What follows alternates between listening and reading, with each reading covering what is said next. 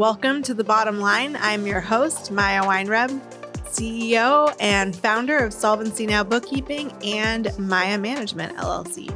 Let's talk money.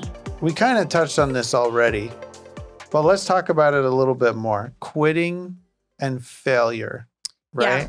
There's no such thing as failure. The only time you would fail is if you quit. And that would be like you self-determinedly said, I will no longer persist. I will no longer keep trying in that direction. And sometimes that's the right thing to do. And sometimes it's the wrong thing to do. Because sometimes you can take what you learned, because you didn't fail, you learned, and go do something else. Sometimes you just gave up and you were like 1 foot away from gold. And it's sometimes hard to tell, which sucks. Because then you go, should I stay or should I go now? And it's hard to tell. There's a difference between failure and total failure, right? There's no such thing as failure.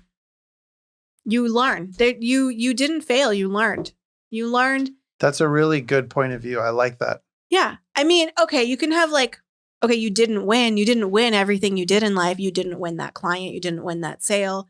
You didn't win that, that hot girl you wanted to take home. You didn't always win, but you always learn something out of it. You know what's funny? I have a client in one of his webinars that he does. He teaches this really important concept that I thought was very clever. He's like, every negative thought you have, just add the word yet to it. So I'm not smart enough. I didn't close the client yet. I love that. You know what I mean? Yeah. Because it turns it into a more positive point of view. It's true. And that is really the only way you fail is if you quit. People can have a shitty marriage, right? But they're still trying. But if they quit, then they no longer have a marriage. But if they're still trying, if both of them are still trying, it's really hard if one of them quit and the other one didn't. But if they're both still trying, then there's still hope. And maybe even you had things that you didn't win yet, right? You've been trying to work on this thing, you didn't win yet. But what have you learned? How can you grow? And okay, if someone gives up and then, okay, fine. So you take what you learned and you try to get rid of the negative, right? Because if you take the baggage into the next thing, then that sucks. You have to get rid of the baggage and take the lessons out, which is much easier said than done. We know. And then you take the lessons and do the new thing. Okay, I didn't win, or maybe I did win that client, but then I messed something up and they left. So I didn't win the client in the end, but did I fail? No, I now can take what I learned, implement processes. I had a client that they were even kind of friends of mine, and we had a big misunderstanding and we couldn't get on the same page to the point where I was very upset. I was in tears. Didn't know what to do because this client was so mad at me, and I felt even worse because it was a friend of mine, and I lost that client. For sure, I lost the client, but I learned so much. I implemented so many changes in my company, not all at once, but clearer communication. I updated contracts, more quality control, what type of industries we can serve. I learned so much from that giant disaster.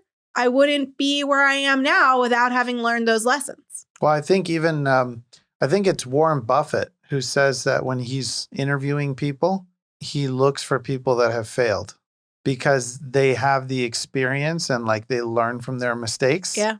If the person is just oh yeah, I've always been successful, he's I don't want anything to do with them.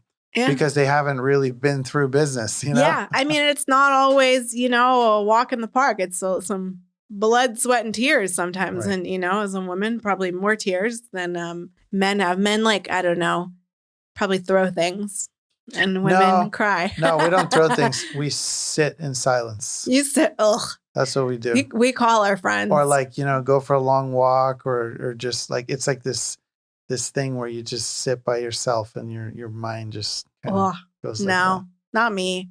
I mean, okay. My sister's more of the sit in silence person. If my sister and I have a fight, she needs a week or two before we can talk about it. And I go crazy because I just want to talk about it right now.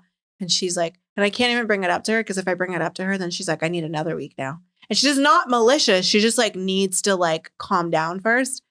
And so probably that's men are more like that sometimes, where I'm I'm going to talk about it right now. Like, let's solve this right now. And if I'm upset about something, like I'm going to call my friends and they need to listen to me like right now. And I don't know if that's like a good quality.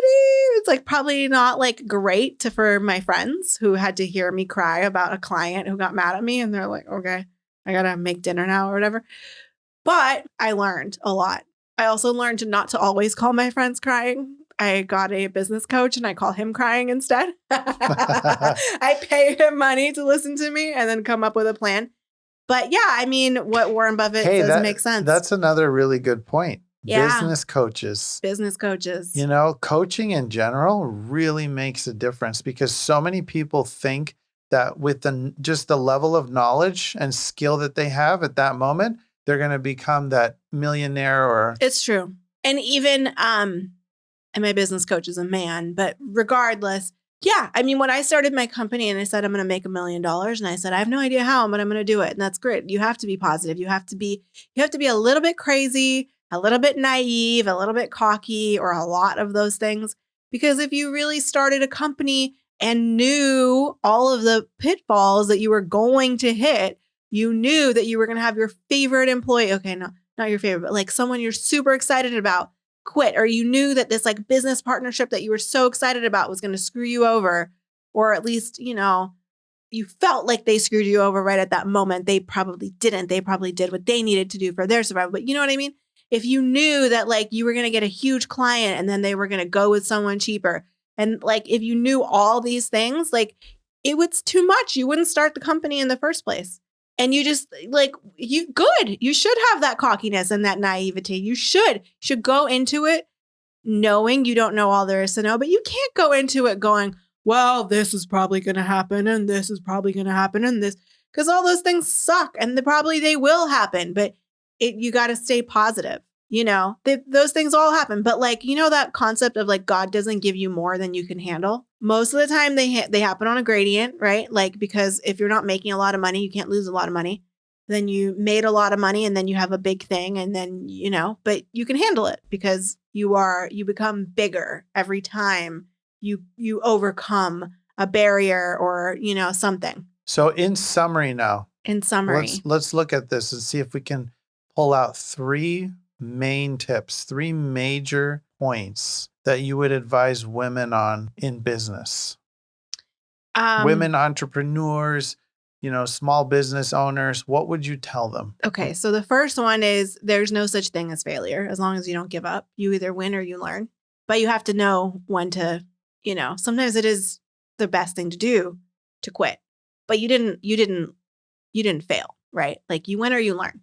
I think that's the most important one. I love that. I'm going to steal that. You should. You either win or you learn. You win or you learn. You don't lose. You win or you learn. I have that as a very ingrained operating thing that I remind myself of all the time.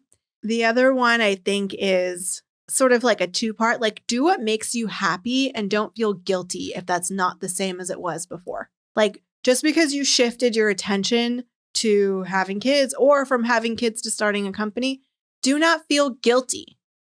I don't think it's fair to make women feel guilty about the things that they're not doing. You know, I think that we know you're doing your best and you are making the best decisions for you and what makes you happy. And that's important. We're giving them the grace that what they are doing is the best possible thing and the best possible decision they could be making for themselves from their point of view, that they are a good person doing their best.